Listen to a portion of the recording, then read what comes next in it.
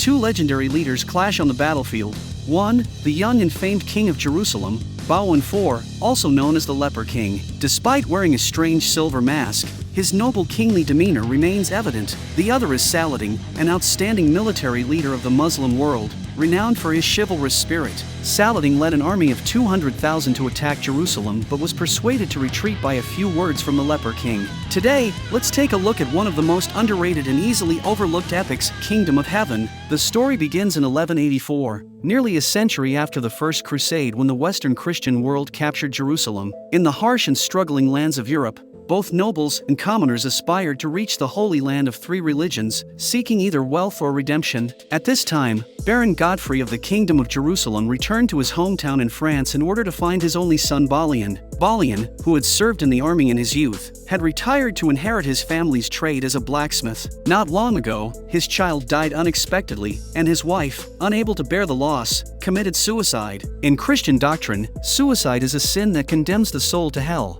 which has deeply troubled Balian. Upon finding Balian, Godfrey reveals his intentions. Godfrey wants to bring Balian back to Jerusalem to inherit his title. However, Balian has no interest in wealth or titles, and even less affection for the father standing before him. Seeing Balian's reluctance, Godfrey shares his return route, hoping his son will reconsider. Although Balian remains uninterested, his brother insists he go to Jerusalem, supposedly to redeem his late wife, but in reality, coveting Balian's inheritance. Balian, aware of his brother's true intentions, refuses to engage with such petty scheming. However, during their conversation, Balian notices his brother wearing his deceased wife's cross. Outraged that his brother would even take from the dead, Balian, in a fit of rage, stabs him with a heated sword and throws him into the forge. Knowing he has committed a grave crime, Balian realizes there's no longer a place for him there. He quickly mounts his horse and flees, eventually catching up with Godfrey by the next morning, thus joining the eastbound journey. Godfrey is overjoyed at his son's arrival, taking care of him and seizing the opportunity to train him in swordsmanship. Unfortunately, their journey is cut short when the son of the local lord, Godfrey's nephew, tracks them down, ostensibly seeking justice for Balian's crime. His true goal is to eliminate Godfrey's only heir and seize his wealth and title. But Godfrey, unwilling to surrender the son he has struggled so much to find, engages in a fierce battle. The enemy has the advantage in numbers and has set up ambushes, putting Godfrey's group on the defensive amidst close combat and archers' attacks. Godfrey is struck by an arrow, wounding his right side. However, the seasoned Crusaders fight bravely, breaking through the ambush and decimating the archers, ultimately turning the tide of the battle and defeating the enemy at the cost of only 2 lives.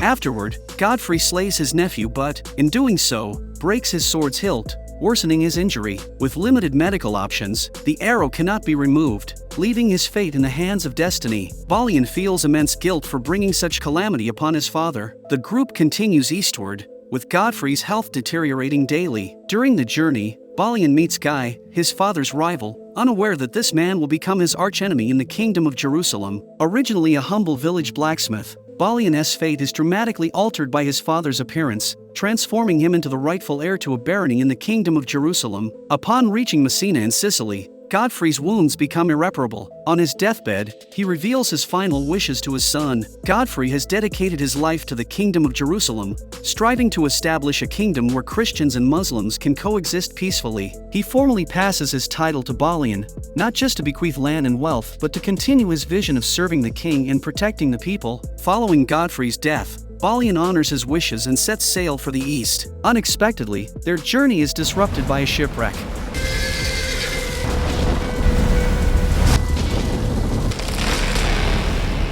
Perhaps spared by divine intervention, Balian miraculously survives. Left with only a single horse, Balian soon faces trouble. On his journey east, 2 Saracens attempt to take his horse, demanding a duel when their request is denied.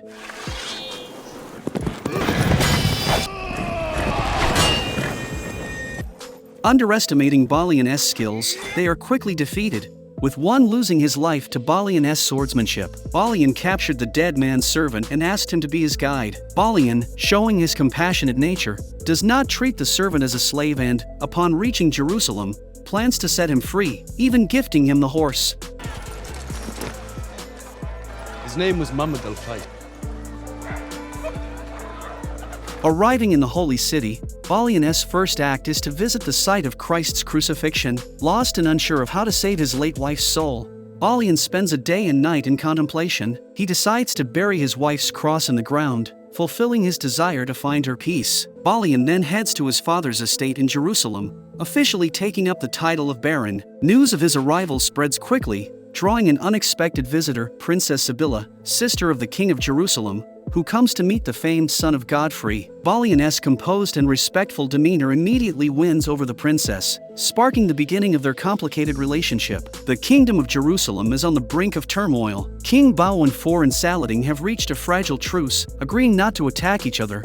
But beneath this uneasy peace lies a brewing conflict. Within the kingdom, two factions have emerged. The current regent and Godfrey, Balian's father, are peace advocates who understand Saladin's strength and know that cooperation is the only path to lasting peace. However, the war faction, led by noblemen Reynold and Guy, aims to use war for personal glory and independence from Saladin's threat, often inciting their Knights Templar to attack Saracens' caravans as a pretext for conflict. This delicate balance is the challenge Balian will soon face. Shortly after, Balian attends a royal banquet with Tiberias, marking his second encounter with Princess Sibylla. But this time, the princess is accompanied by her betrothed, the future prince, Guy. Upon seeing Balian, Guy is visibly displeased and abruptly leaves, only to be met with indifference from Sibylla. Guy's frustration boils over, but he can do little more than hurl insults at his future wife. After Guy left, King Baldwin summoned Balian, and Sibylla led the way. Take him.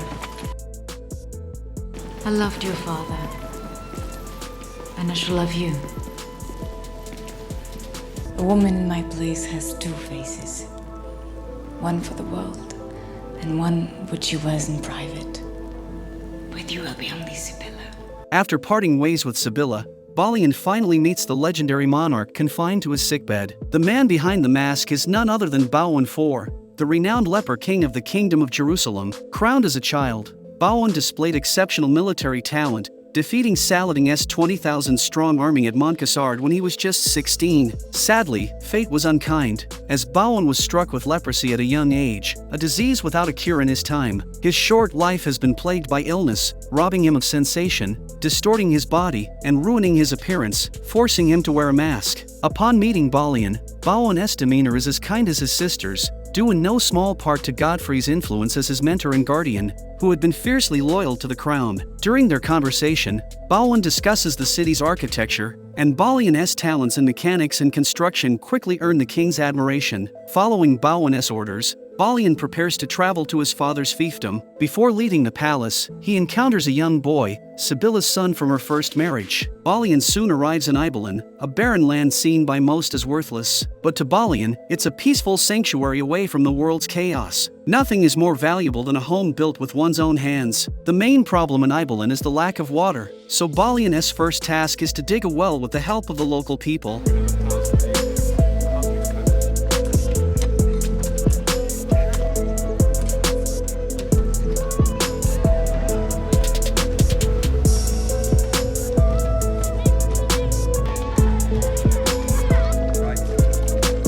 Through collective effort, they soon find a water source. Under Balian's guidance, the people even built their first water wheel. While everyone celebrated, lost in dreams of a prosperous future, Balian received an unexpected surprise. Princess Sibylla arrived, seeking to stay. She claimed to be passing through, but the affection in her eyes said otherwise. Faced with the beautiful princess before him, Balian was naturally delighted, but Sibylla was a princess with a marriage engagement, so Balian kept a respectful distance. Despite Sibylla's warmth and advances, Balian struggled to restrain himself and finally asked the question that had long been on his mind.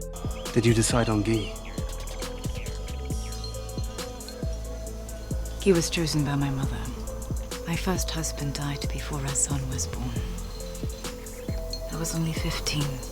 As a princess, Sibylla could not decide her own marriage, which aroused Balian's sympathy. In the following days, Balian continued to manage his land with great care. At the same time, he found himself slowly succumbing to Sibylla's gentle charms.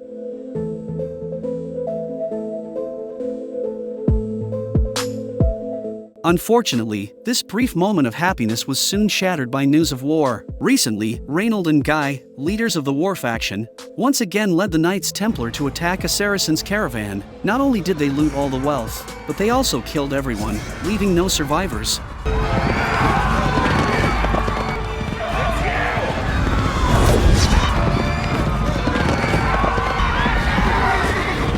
These actions enraged Saladin, who immediately led an army of 200,000 to exact revenge. Meanwhile, in Jerusalem, the two factions fiercely debated whether to fight or negotiate. Luckily, at this tense moment, the leper king had already made a decision. Although he valued peace, the current situation meant that seeking reconciliation wouldn't quell Saladin's anger and would instead put the kingdom at a disadvantage. So, the leper king decided to lead his army in person. Soon after, Saladin's army began to approach Reynold's territory, the castle of Kerak. Reynold, the instigator of the conflict, was the primary target of Saracen's revenge. As a duke of the kingdom, Balian received the call to arms and naturally joined the battle without hesitation. Unlike other nobles, Balian chose not to defend his fortress but to face the enemy directly. The vanguard of Saladin's army had already reached the gates, and many civilians hadn't yet managed to retreat to safety. If left unchallenged, this would result in heavy civilian casualties. Balian's actions were meant to buy time for the people.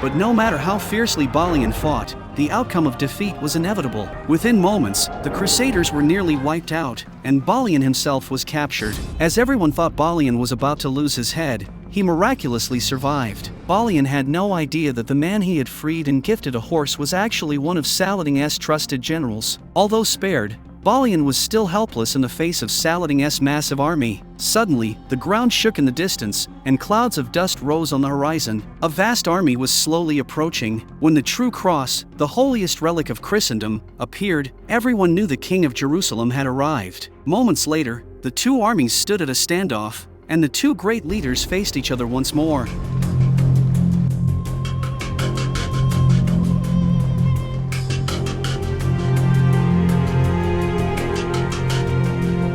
This is one of the most iconic scenes in film history. After a tense confrontation,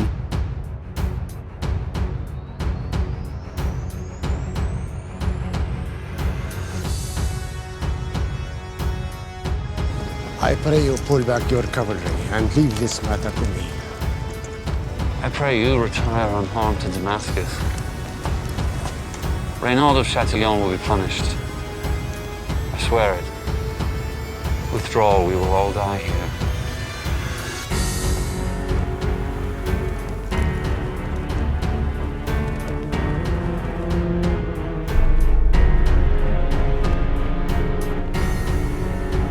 Do we have terms?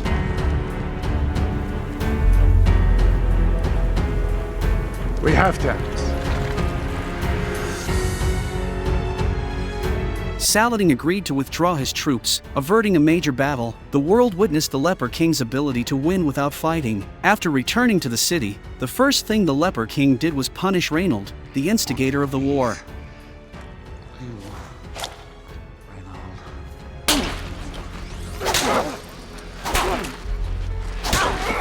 Beyond physical punishment, Reynold faced imprisonment. Although the immediate crisis was averted, the Leper King needed to make an example of Reynold to warn others not to challenge his authority. However, the long journey and excessive strain had taken a severe toll on the Leper King's already fragile body. Even he knew his time was running out. Before setting out, the Leper King entrusted Balian with his hopes, praising his bravery and promising future rewards. Tiberias also formally requested Balian to return to Jerusalem. At this time, the kingdom of Jerusalem was fraught with internal strife, and tensions were also rising among the Saracens. On the other side, many questioned the decision to retreat, accusing Saladin of weakness. Saladin, however, paid little mind to such criticism. He understood that his fellow Muslims were eager to expel the Crusaders and reclaim Jerusalem, and that his intentions would be understood in time. As one of history's greatest leaders, Saladin's talents were equal to those of the leper king. His decision to withdraw was a calculated move after recognizing his opponent's strengths. Saladin knew that the leper king was no ordinary ruler. Even if he could take Jerusalem from him,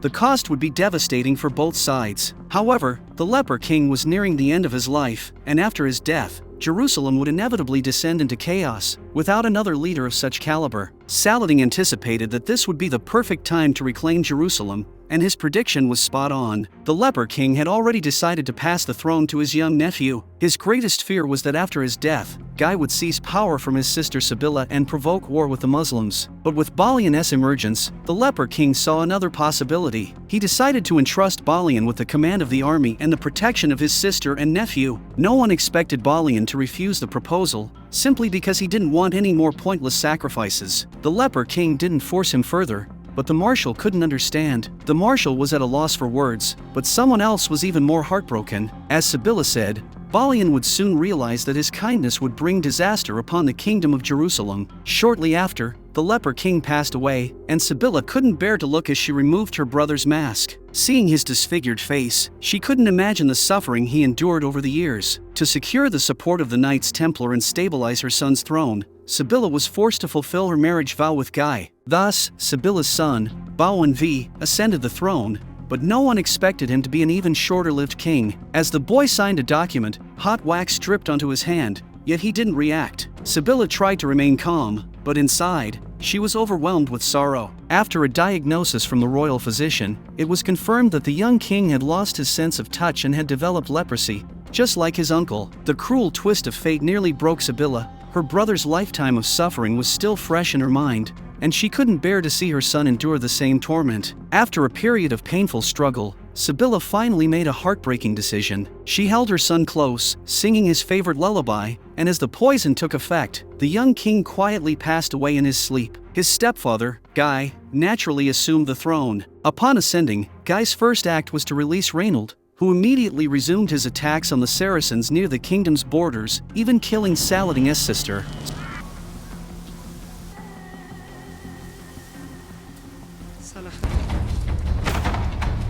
Soon after, Saladin's envoy arrived, but the arrogant Guy, eager for war, killed the envoy on the spot. Now in full control, Assemble the army!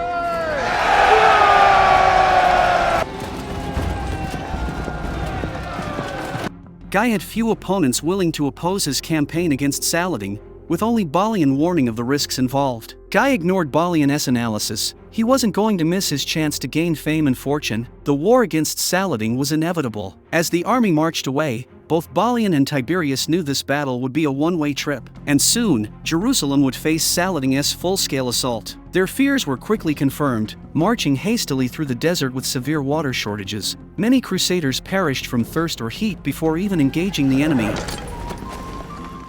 By the time Saladin launched his attack, the Crusaders were in no condition to fight back. The battle became a one-sided massacre. Soon after, the Crusader army was annihilated, and Guy and Reynold were captured. For the warmonger Reynold, who had killed his sister, Saladin showed no mercy and executed him on the spot. Guy's life was spared due to his royal status, at least for the time being. The war's end effectively sealed Jerusalem's fate. Tiberias did not want to stay here any longer and decided to leave. But Balian was firm. 88 years earlier, the Crusaders had slaughtered 70,000 Muslims when they captured Jerusalem. Now, if no one defended the city, the fate of its people was clear. Upon returning to Jerusalem, Balian quickly organized the citizens, reinforcing the city's defenses. At the same time, he rallied the entire populace. Only through unity could they have a slim chance of survival. Balian's impassioned speech inspired the people of Jerusalem, who vowed to protect their families and fight. Every person capable of wielding a weapon was granted the title of knight by Balian.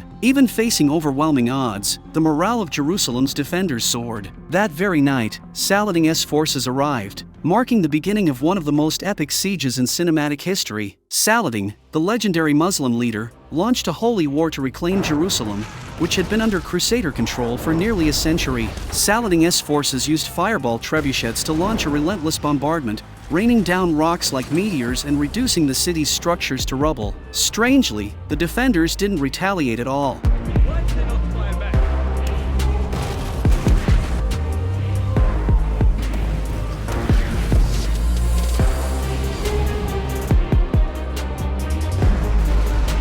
The next day, Saladin ordered the assault. Dozens of siege towers, surrounded by soldiers, slowly moved towards Jerusalem.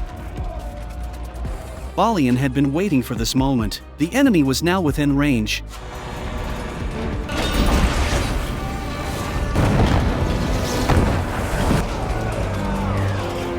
And to avoid hitting their own, the Saracens had halted their bombardment. Using the trebuchets at this stage would maximize accuracy and minimize their own losses. Even with overwhelming numbers, they were eventually pushed back by the determined defenders of Jerusalem.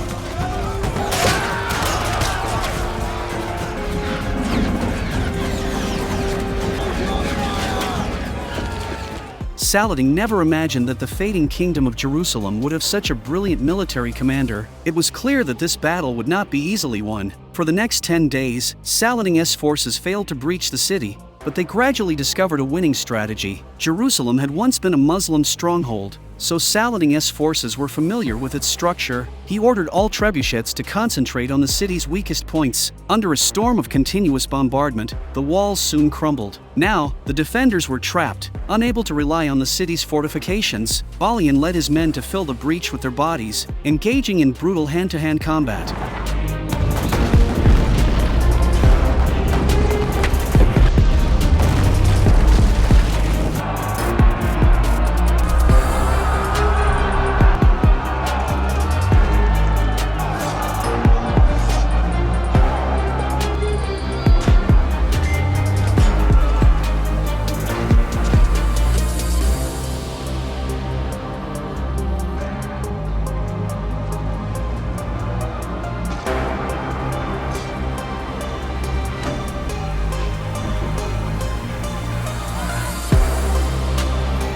As some fell, others stepped over their bodies to continue fighting. Before long, the area was littered with corpses, resembling a vision of hell on earth. Seeing the defenders' determination, Saladin realized their resolve and didn't want further pointless bloodshed, so he proposed negotiations. This outcome was exactly what Balian had hoped for. His resistance wasn't aimed at annihilating the enemy. With such an overwhelming disparity in strength, the fall of the city was inevitable. Balian's goal was to secure a chance to negotiate and save the lives of the people, and he succeeded. Meanwhile, Saladin, known for his mercy, had no intention of sacking the city, and the two sides quickly reached an agreement. Balian withdrew from Jerusalem and Saladin allowed everyone to leave safely.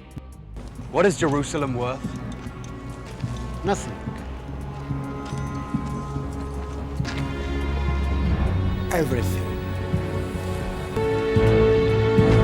Thus, after 13 days of siege, the battle ended with the Kingdom of Jerusalem surrendering. After 88 years under Crusader rule, the Holy City returned to Muslim hands, and the Christian inhabitants were spared. The people of Jerusalem were fortunate, not only because they had an extraordinary leader but also because their adversary was the most chivalrous ruler, Saladin. Upon his return to Jerusalem, Saladin restored several mosques. Some suggested demolishing the Church of the Holy Sepulchre, but Saladin refused. He opened Jerusalem to all religions, allowed Jews to resettle, and granted disarmed Christians access to the Holy City. Saladin's magnanimity and wisdom earned him widespread praise, making him one of the most influential rulers in history. Meanwhile, Balian left Jerusalem and returned to his homeland in France with Sibylla. Shortly after, news of Saladin's recapture of Jerusalem spread across Europe. causing an uproar in the Christian world. Led by Richard I of England, the kings of three nations launched the Third Crusade, vowing to reclaim Jerusalem. When Richard the Lionheart himself came, extending an olive branch to Balian, he turned it down. Balian simply wanted to live an ordinary life as a blacksmith and spend his days with Sibylla. And this is where the movie ends. Kingdom of Heaven is based on real historical events and explores personal faith while maintaining the larger historical context. For the director, there is no inherent superiority among religions, nor are believers ranked by worth. The highest value of faith is not in the worship of God but in the protection of the people,